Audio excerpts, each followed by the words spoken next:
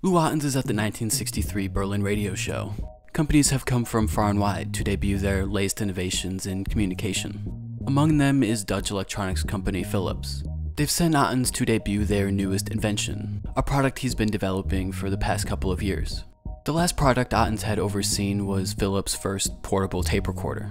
Despite its bulky size and recording directly onto tape reels, it released to a surprising success. This showed Phillips that there was a market for portable tape recorders, and the company tasked Ottens with developing a successor, one that would use tape cassettes instead of tape reels. Tape cassettes weren't a new idea. In fact, a couple of years prior in 1958, RCA had debuted their own cassette system. It never gained popularity. The cassettes were big, about half a foot wide, and unreliable. But Ottens saw potential in the format. He wanted to improve the design and make it actually portable. He cut a block of wood so that it would fit in his jacket pocket. These would be the dimensions of Phillips' first cassette recorder. After leaving space for batteries and a speaker, there wasn't much room left for the actual cassette. It would have to be 2 inches by 4.5 inches. Ottens needed to fit 30 minutes onto each side of a cassette to match the capacity of records. He chose the slowest possible tape speed, about 2 inches per second. While this lower tape speed increased audio quantity, it came at the cost of audio quality. A professional recording studio would usually put 1 second of sound onto 15 inches of tape, while the cassette would put that same second on only 2 inches of tape. A lot less space for the same amount of audio data. The lower audio quality was a necessary trade-off to achieve the amount of portability Ottens needed, but it would limit the cassette's ability to compete as a music format for years to come. After some other innovations like smaller electronics and a new tape head, Phillips was finally ready to debut their new invention. They sent Ottens to the Berlin radio show to unveil the Compact Cassette. Despite the new technology, no one at the show seemed all that impressed, although Japanese companies took note, and it was only a few years before cassette knockoffs began popping up. Lou Ottens traveled to Japan in 1966, looking to license the Compact Cassette to Japanese tech company Sony. This would let them make Philips brand compact cassettes and hopefully put an end to all the knockoffs. Philips was willing to offer the cassette free of charge, but wanted payment for the technology to play them. Sony countered, only willing to accept if they got all of the technology royalty-free. Ottens saw that the only way the compact cassette could become the dominant music format was if Japanese companies were able to manufacture and spread it all over the world. Philips eventually caved in, agreeing to license all the technology for free. Japanese companies were now ready to spread the compact cassette far and wide, but it would take an innovation from the other side of the world to turn them into a real competitor in the music landscape. Ray Dolby was happy to be back in London. It was 1965 and he had just finished working as the technical advisor to the UN in India. Dolby was ready to take on the world of audio and founded Dolby Labs. The first challenge they would tackle was the biggest problem with compact cassette audio. Cassettes store sound on magnetic tape, and magnetic tape stores sound by arranging small magnetic particles. Ottens and Dolby were working with tape that had fairly large particles, large enough to create an audible background noise behind every recording. This noise was called tape hiss and lowered the audio quality of compact cassettes. Ray Dolby developed a two-step process that would solve this problem. The first step happened during the recording process. The sound being recorded had its higher frequencies boosted. These were the frequencies where the noise would later appear. The recording now sounded different from real life, brighter and more metallic. This was fixed in the second step, which happened as the cassette was played back. The frequencies boosted in step 1 were lowered, not only bringing the recording back to normal, but also greatly reducing background noise. These two steps formed what Ray Dolby called Dolby Noise Reduction. It wasn't until the second iteration, Dolby Noise Reduction B, that the process became cheap enough to use on consumer-level tape recorders. Dolby Noise Reduction greatly improved compact cassette audio quality, and while it wasn't good enough to compete with vinyl records yet, it did mark the beginning of the cassette's impact on culture all over the world. The sun is setting on a Brooklyn schoolyard of the 1970s. Kids are standing around wondering what they're going to do for the rest of the night. They heard rumors of a block party but aren't sure if they'll be able to find it. They usually pop up and disappear before anyone is able to find them, especially the police. Suddenly, a van pulls up to the schoolyard. A number of guys hop out, in their arms holding tables and records. A few run over to a nearby light pole, unscrewing it and hijacking electricity for their own equipment. Before anyone knows what's happening, DJ Kool Herc is already playing music. This was the DJ everyone wanted to see. He had developed his own style of spinning records. He would link together the breaks from different songs. Instrumental breaks, the best part to dance to. Nobody was sure which songs DJ Kool Herc was gonna mix up next, turning each performance into a new musical experience. Half of the kids in the schoolyard are now dancing, unable to believe what's happening, and the other half are studying DJ Kool Herc's hands, trying to figure out what he's doing with those records. Eventually, someone hears that the police have caught wind of the party. The music stops and all of the equipment gets thrown back into the van, ending the party as abruptly as it had begun. The kids from the schoolyard go home and tell their friends what happened, but really you wouldn't be able to understand the party or the music unless you were there. This was New York's music scene, DJs scratching records at parties that were a one-time experience, until the cassette. Kids were suddenly able to record the parties of Kool Herc and other DJs, turning a one-time experience into something that could be passed around and shared with their friends. While the cassette was spreading the beginnings of hip-hop around New York, it was helping other musicians spread their music even further. Our Stevie Moore had just moved to New Jersey, looking to launch his own music career. He had been working in Nashville but found the country music scene suffocating, so in 1978 he moved north, looking to find somewhere to experiment. When Moore arrived in New Jersey, he found a new style of music just starting to take hold: punk. He fell in love with the rebellious scene, but his personality limited his success.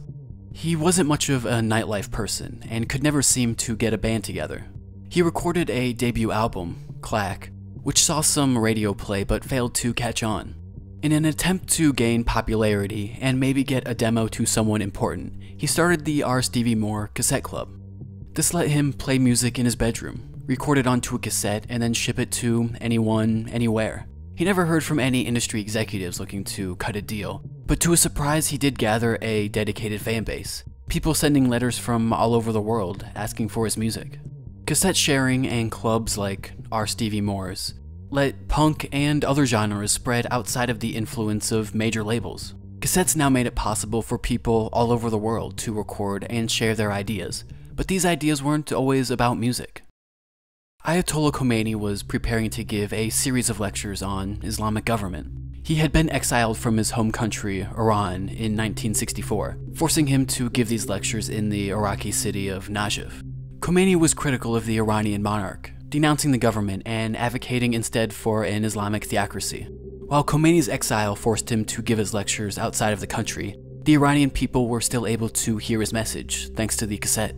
Many of them were also tired of the monarchy, and Khomeini received support all across the country. This situation culminated in the 1979 Iranian Revolution, which saw the ruling monarchy replaced with the Islamic Republic of Iran. This revolution may have ended differently without the cassette to spread Khomeini's ideas from his exile. While culture was changing all over the world thanks to the impact of the cassette, the record was still the #1 music format. It would take a major innovation for cassettes to rise to the top. Sony executive Norio Ohga had just received an assignment from the company's co-founder. While traveling for business all through the 1970s, the co-founder enjoyed listening to music on his cassette recorder. But he thought the device was too bulky. Besides, he didn't need to record cassettes, only listen to them. He tasked Ohga with creating the device that would solve his problem, and Ohga eventually came back with a silver and blue box. It couldn't record cassettes, only play them, and it didn't have a speaker, only a headphone jack, but it was small. Really small, barely larger than the cassettes it would play. This was exactly the device the co-founder was looking for, and Sony released it in Japan, expecting to sell 5,000 units in the first month. To their surprise, it sold 5 times that amount. The Sony Walkman was a hit. The combination of portability and privacy offered by the Walkman kicked off the personal music revolution. You could now listen to music on the train, at work, anywhere. This level of personalization was unmatched by the only other portable music source of the day, radio. The Walkman also coincided with the aerobics craze. Running was no longer a boring activity. With the help of music, it could be an adventure. The Walkman's portability, along with steady improvements in audio quality, turned the compact cassette into the dominant music format of the 80s, but not everyone was happy with the new champion. Alan Sugar was wandering around the streets of Tokyo. The UK electronics pioneer was looking for new ideas. Suddenly, his eye caught a tape deck sitting in a store window. This wasn't your standard deck designed to record a single cassette. No, this one had 2 trays. one to play a cassette and another to record a cassette at the same time. Sugar saw the potential if he released a version of this device for consumers. People would be able to duplicate their favorite songs, playing a cassette they had bought while recording onto a blank one at the same time. It didn't take long for Sugar to realize his idea, and in 1981, his company Amstrad debuted the first consumer double tape deck. Sugar was unable to advertise the primary use of his new device. Duplicating music was illegal. It violated copyright laws. Instead, Sugar put a warning in large bold letters at the bottom of the first ad. It is illegal to copy copyrighted material. This machine should only be used to copy material you have generated yourself. This warning was true, and was supposed to dissuade people from copyright infringement. Instead, it worked just as Sugar had intended, subtly informing consumers to the real use of the double tape deck. It only took a few weeks for the British phonographic industry to realize the threat the double tape deck posed to music sales. They launched a campaign against the device and music piracy. Home taping is killing music. Perhaps the most prominent feature of this campaign was the punk-inspired logo, featuring a black and white cassette on top of crossbones, just like a pirate flag. The campaign immediately saw opposition from a number of musicians, the same ones who got their start recording and sharing cassettes. One of the most famous acts of rebellion was on the Dead Kennedys' 1981 EP, In God We Trust. It featured a side 2 that was blank, and the words, "Home taping is killing record industry profits. We left this side blank so you can help." Alan Sugar was not only responsible for the beginning of this campaign with the double tape deck, he was also part of what may be considered the end of it. In 1988, CBS Song sued Alan Sugar and Amstrad. CBS argued that the twin cassette deck was an illegal product that facilitated music piracy. In a landmark ruling, the court decided that Amstrad's device was perfectly legal. The twin cassette deck had legitimate uses, and the company wasn't responsible for consumer action once they had purchased the device. This decision put Amstrad and Sugar in the clear, as well as marking the end of the Home Taping is Killing Music campaign. Throughout the 1980s, while the cassette was on top of the world, the same people that had invented it were quietly doing their best to replace it. Back in the Netherlands, Lou Ottens was still at Phillips. He had left the compact cassette behind long ago, and ever since 1974 had been working on a new product, a disc.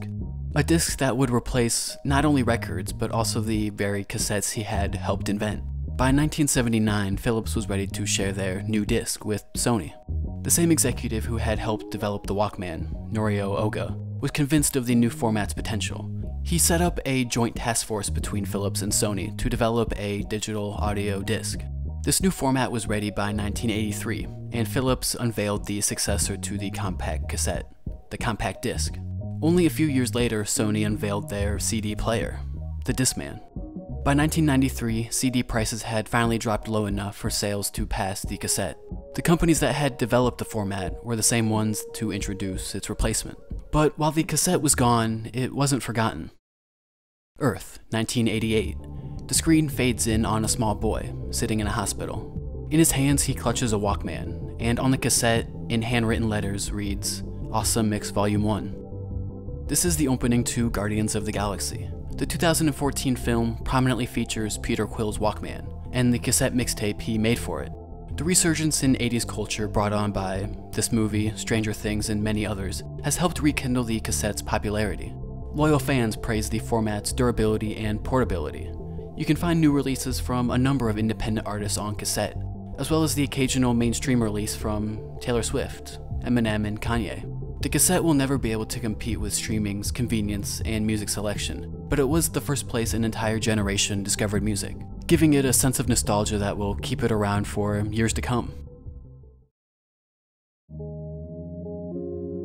Thanks for listening. Let me know how the cassette impacted your life, and what important milestones I left out. You can find Sound Selection on YouTube, as a podcast on iTunes, and on Instagram.